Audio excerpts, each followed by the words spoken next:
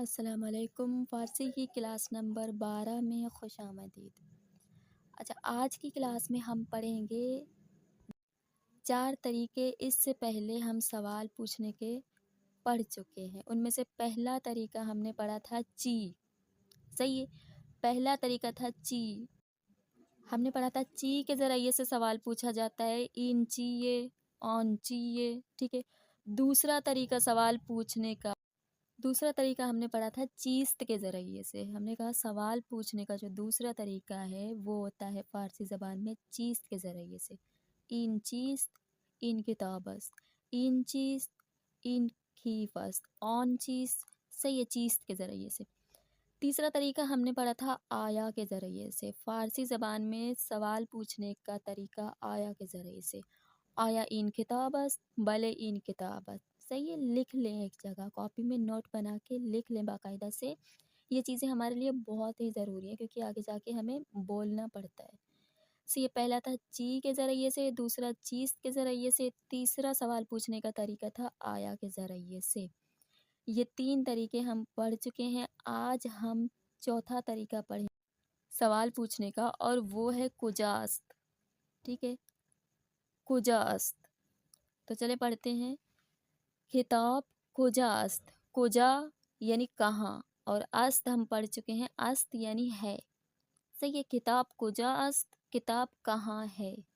یہ چوتھا طریقہ ہے سوال پوچھنے کا۔ آپ لوگ لکھ لیں اپنے پاس، کاپی اور پین یا پینسل اٹھا لیں اور اس میں لکھ لیں۔ پہلا طریقہ چی تھا، دوسرا چیز تھا، تیسرا آیا تھا، اور چوتھا آج ہم پڑھ رہے ہیں کجاست۔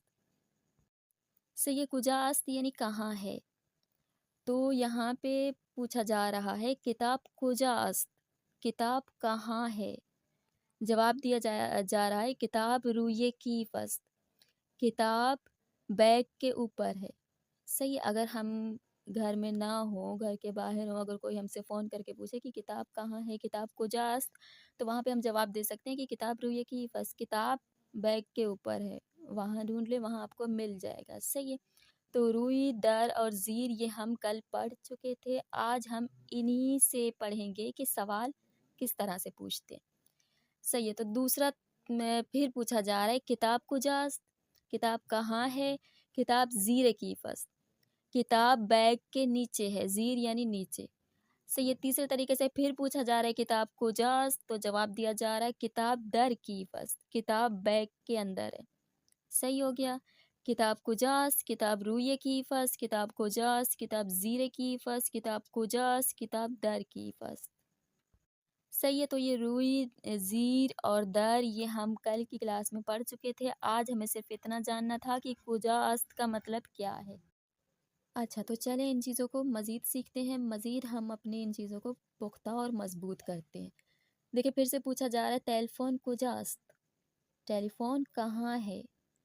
تو دیکھیں ہمیں دیکھ رہا ہے کہ ٹیلی فون میز کے اوپر ہے، تو اس چیز کو فارسی میں کس طرح سے بولا جاتا ہے؟ ٹیلی فون روی میز است، صحیح ہے، ٹیلی فون میز کے اوپر ہے۔ اچھا، تو پھر دوسرا سوال پوچھا جا رہا ہے آیا کتاب زیر میز است، زیر ہم نے کیا پڑھا تھا؟ زیر میز، زیر یعنی نیچے، کیا کتاب میز کے نیچے ہے؟ اور یہ بھی ہم پڑھ چکے ہیں کہ اگر آیا کے ذریعے سے سوال پوچھا جائے اور اگر وہ سوال غلط ہو تو پھر وہاں پہ نہ بول کے مکمل جملہ ہم خود سیٹ کریں گے صحیح جواب دے کے، صحیح ہے۔ سوال پوچھا جا رہا آیا کتاب زیر میز است، کیا کتاب میز کے نیچے ہے؟ تو جواب ہے نہ، کتاب روی میز است، جی نہیں، کتاب میز کے اوپر ہے، صحیح ہے۔ پھر پوچھا جا رہا سیب کجاست، سیب کہاں ہے؟ تو اس کا جواب ہے سیب در بشقاب است، سیب پلیٹ کے اندر ہے، صحیح ہو گیا۔ آیا بلبل روی درخت است، کیا بلبل درخت کے اوپر ہے؟ بلے بلبل روی درخت است، جی ہاں، بلبل درخت کے اوپر ہے، صحیح ہے۔ پھر ایک کتاب کجاست، کتاب زیر روزنامے است، کتاب کہاں ہے؟ کتاب اخبار کے نیچے ہے، صحیح ہے۔ پھر پوچھا جا رہا آیا جابے روی میز است، کیا ڈبہ میز کے اوپر ہے؟ تو دیکھیں آیا کے ذریعے سوال پوچھا گیا اور سوال بالکل درست ہے، تو یہاں پہ ہم بلے کہہ کے بقایا سوال کے آیا کو ہٹا کے مکمل سوال کو لے لیں گے. صحیح ہے. آیا جابے روئے میز است، بلے جابے روئے میز است. جی ہاں، ڈبہ میز کے اوپر ہے. صحیح ہو گیا. اچھا، اب یہاں دیکھیں بشکاب وا، یہ جو وا ہے یہ واؤ معنی دیتا ہے اور کا. صحیح. اردو میں جو لفظ اور ہے، پلیٹ اور کپ. صحیح ہے. اور تو فارسی میں جو اور کا معنی دیتا ہے وہ ہے واؤ. یہاں دو چیزوں کی بات ہو رہی ہے، بشکاب و لیوان، پلیٹ اور کپ. صحیح. لیوان ہم پڑھ چکے ہیں، لیوان گلاس کو بھی کہتے ہیں، اور جو بڑا کپ جو مگا ہوتا ہے اسے بھی لیوان کہا جاتا ہے. تو یہاں پہ دو چیزوں کی بات ہو رہی ہے، اس لیے بشکاب و اور واؤ دیا گیا ہے. واؤ یعنی اور. بشکاب و لیوان روئے میز ہستند. اچھا، اس سے پہلے ہم پڑھ کے آئے ہیں است. یہاں نیچے بھی دیکھیں آپ در لیوان است. جب ایک چیز کی بات ہوتی ہے تو وہاں پہ است ہوتا ہے. جب ایک سے زیادہ، دو یا دو سے زیادہ چیزوں کی بات ہو رہی ہوتی ہے تب ہستند کہا جاتا ہے. صحیح ہے. صحیح. ہستند یعنی ہیں، ہست یا است یعنی ہے. ایک چیز کی بات ہو تب است ہوتا ہے، دو یا دو سے زیادہ چیزوں کی بات ہو رہی ہوتی ہے تب ہستند ہوتا ہے. بشکاب و لیوان روئے میز. روئی ہم پڑھ کے آئے ہیں، روئی یعنی اوپر. بشکاب و لیوان روئے میز ہستند.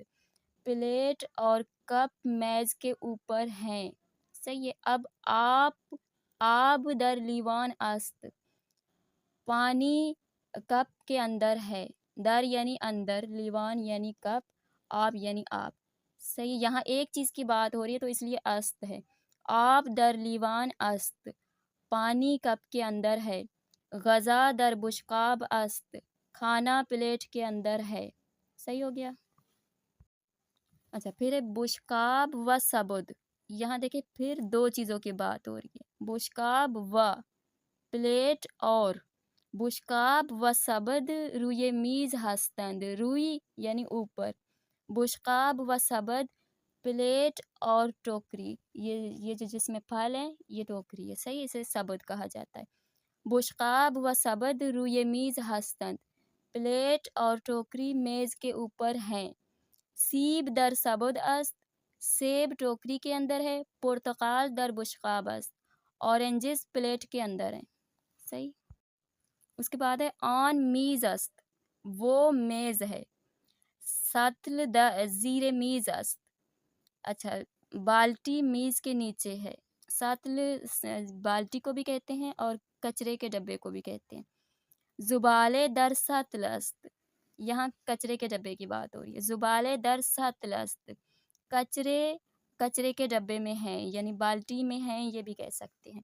تیلفن و ریانے روئے میز ہستند. یہاں دیکھیں پھر دو چیزوں کی بات آ گئی، پھر واو آ گیا. تیلفن و ریانے، ٹیلی فون اور لیپ ٹاپ روئے میز ہستند، میز کے اوپر ہیں. ٹھیک ہے. اچھا، تو اب آئیں اس کا خلاصہ بتاتے ہیں. واو یعنی اور کا معنی دیتا ہے. جب دو چیزوں کی بات ہو رہی ہو یا اگر تین چیزوں کی بات ہو رہی ہو تو دو بار واو آتا ہے. بشقاب و لیوان و میز.